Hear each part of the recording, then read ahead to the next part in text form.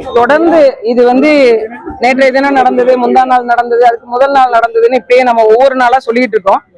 குறைஞ்ச காலமா நான் பாக்குறேன், ஒரு கட்டவிழ்த்து விடுக்கப்பட்ட ஒரு ரவுடிச முறை இருக்கிற மாதிரியான காவல்துறை மேல சற்றும் ஒரு பயம் இல்லாத ஒரு சூழ்நிலையை தான் பாக்குறோம். தெருவுல பூந்து பகல் நேரத்துல நண்பர்களுக்குள்ள பிரச்சனைன்னு வெட்டி கொள்றதா சொல்றாங்க.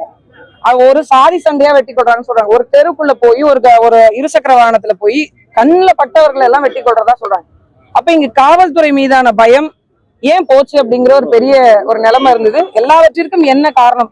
நீங்க பெண்கள் மீதான பாலியல் கொடுமையா இருக்கட்டும், பெண்கள் மீதான சித்திரவதைகளா இருக்கட்டும், இல்ல இங்க நடக்கக்கூடிய கொலைகளா இருக்கட்டும், கொள்ளையா இருக்கட்டும், எது நடந்தாலும் அவங்கள நீங்க கூட்டு வச்சு காவல்துறை விசாரிக்கும் போது பாத்தீங்கன்னா அவங்க கஞ்சா போதையில இருந்தாங்க அப்படின்ற ஒரு பொதுவான ஒரு விஷயத்த முன்வைக்கிறாங்க. தமிழ்நாட்டுல இந்த அளவுக்கு கஞ்சா உழவ வேண்டிய அவசியம் என்ன? ஒரு பள்ளிக்கூட மாணவனோட பையில போய் கஞ்சா பொட்டலம் இருக்கான்னு பரிசோதிக்கணும்ன்ற ஒரு நிலைமைக்கு நாம் தள்ளப்பட்டிருக்கோம்னா இது எவ்வளவு ஒரு கொடிய சூழ்நிலையை நோக்கி போயிட்டு இருக்கு அப்படின்றத மக்கள் புரிந்து கொள்ளணும். ஒரு காலத்துல ஒரு நேரத்துல எல்லாம் பாத்தீங்கன்னா காவல்துறை மீது ஒரு பயம் இருந்தது. இன்னைக்கு காவல்துறை கைது பண்ணா காவல்துறை அடிக்கிறாங்க. பெண் காவலர்களுக்கு பாதுகாப்பு இல்ல. இந்த சாமானிய பெண்களா இருக்கிற எங்களுக்கு பாதுகாப்பு கொடுக்கறதே பெண் காவலர் நினைக்கிறோம். அந்த பெண் காவலர்களுக்கே பாதுகாப்பு இல்லை அப்படிங்கிற ஒரு மோசமான சூழ்நிலையை நோக்கி நகர்ந்து கொண்டே இருக்கு. ஒவ்வொரு ஆண்டுக்கும் கிட்டத்தட்ட 1 லட்சத்துக்கும் மேற்பட்ட வழக்குகள் கூடுதலா இருக்கு. கடந்த ஆண்டுக்கும் இந்த ஆண்டுக்குமே 70,000த்துக்கும் மேற்பட்ட வழக்குகள் கூடுதலாக பதிவு செய்யப்பட்டிருக்கு. இது பதிவு செய்யறதுனே இவ்வளவு இருக்கு அப்படின்னா, கிராமத்துல பஞ்சாயத்துல பைசல் பண்றது, வெக்கத்துக்கு மானத்துக்கு பயந்துகிட்டு வெளியில சொல்லாம இருக்கிறதுன்னு பல்வேறு நடவடிக்கைகள் போய்கொண்டே இருக்கு. இது அரசு இரும்பு கரம் கொண்டு அடக்கி இருக்கணும். இந்த சட்டத்தை கடுமையானதாக மாத்தி இருக்கணும். இதுல பெண் மீது கை வைத்தாலோ அல்லது இந்த மாதிரி சமூக சீர்கேடுகள் நடந்தாலோ இந்த கஞ்சா பரவல், போதை பரவலை தடுப்பதற்காக இளைஞர்களுக்கு இந்த போதை வெறி எங்கிருந்து வருது அப்படிங்கிற கேள்வி நமக்கு எழும்புது. எங்க நீங்க தொட்டாலும் சரி. ஏன் நாகப்பட்டினத்துல நீங்க யோசிச்சு பாருங்க, ஒரு 4-5 ஆண்டுகளுக்கு முன்பு இந்த சூழ்நிலை இருந்துச்சா? எங்கேயாவது ஒரு மூலையில ஏதாவது ஒரு சம்பவம் நடந்ததா கேள்விப்பட்டிருக்கோம். ஆனா இன்னைக்கு ஒரு குறிப்பிட்ட இடங்களே சொல்றாங்க இங்க போனா கிடைக்கும் அப்படின்னு. ஒரு கல்லூரி மாணவன் ஒரு பையன் சொல்றான் அப்படின்னா இப்ப எந்த அளவுக்கு மலிந்து கிடக்குது அப்படிங்கிறத நம்ம பார்க்கணும். அது வன்மையான கண்டனத்துக்குரியது. இது ஆண்ட நிர்வாகம் இது கண்டிப்பாக ஒரு போர்க்கால அடிப்படையில மிகச்சிறந்த கவனத்துக்கு எடுத்து தன்னுடைய தனிப்பட்ட பார்வையில் எடுத்து முதலமைச்சர் அவர்கள் செய்திருக்கணும். அது செய்ய தவறியதுனாலதான் இது போன்ற கொலைகள், பெண்களுக்கு எதிரான குற்றங்கள் நடந்து கொண்டே இருக்கு. தேர்தல் நேரத்துல அதிமுக இறங்கிருக்கீங்க, நீங்க போட்டியிட வாய்ப்பு நாகப்பட்டினத்துல போட்டிடுவீங்களா? இல்ல, அது நம்ம முடிவு செய்ய முடியாதுங்க. அது தலைமை தான் முடிவு செய்யும். நான் தேர்தலில் போட்டி எடுக்கிறேன்னா அது எந்த தொகுதி எல்லாவற்றையும் தலைமை முடிவு செய்யும். தேர்தலை மட்டும் கருத்தில் கொண்டு இணையல. எனக்கு கொஞ்ச நாளா உடம்பு சரியில்லை. அதை நான் சரி பண்ணி கொண்டு அரசியலுக்கு வரணும்னு நினைச்சேன். இன்னொன்னு, கடலோர மக்களுக்கான ஒரு அரசியல் வாய்ப்பை, உறுதியை, அங்கீகாரத்தை பதிவு செய்யக்கூடிய அவர்கள் பிரச்சனையை பேசுகின்ற தளத்தில் நான் இருந்தேன்.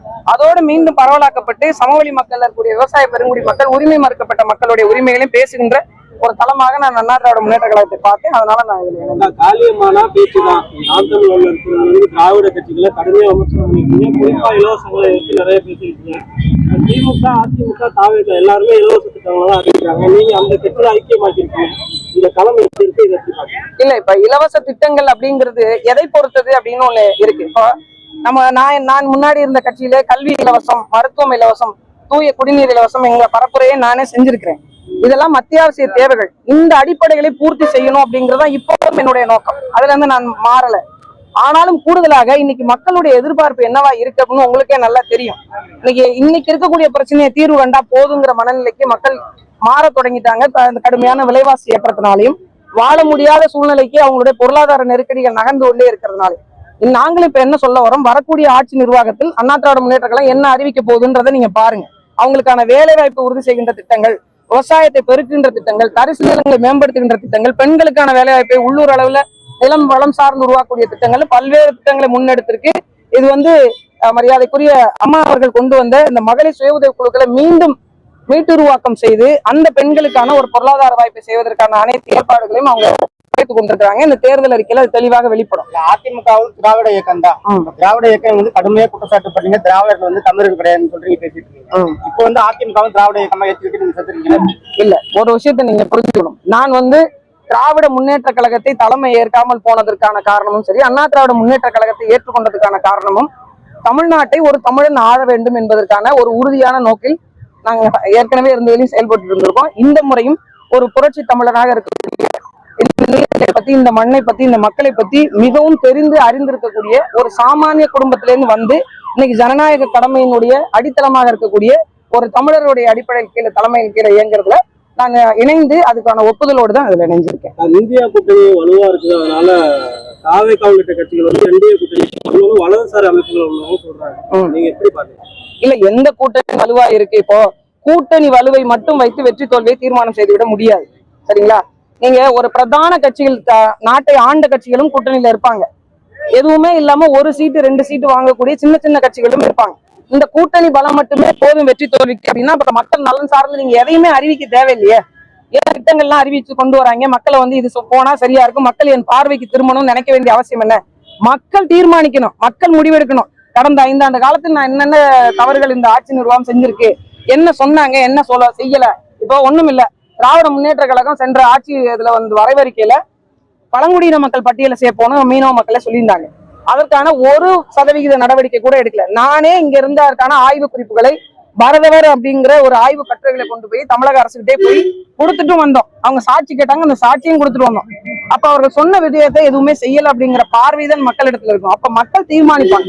எத்தனை கூட்டணி கட்சிகள் இருந்தாலும் அந்த கூட்டணி தலைமை சொல்றதை அந்த மக்கள் கேட்பாங்க. ஏன்னா இன்னைக்கு தமிழக அரசியல்ல நிறைய சமூகம் சார்ந்த அரசியல் தலைவர்கள் உருவாகி அவங்களுக்கான நாதமாக நாங்க நிக்கிறோம்ன்றாங்க. ஆனா அடிப்படையில் இருக்கிற மக்கள் தான் பிரச்சனையை அனுபவிக்கிறாங்க.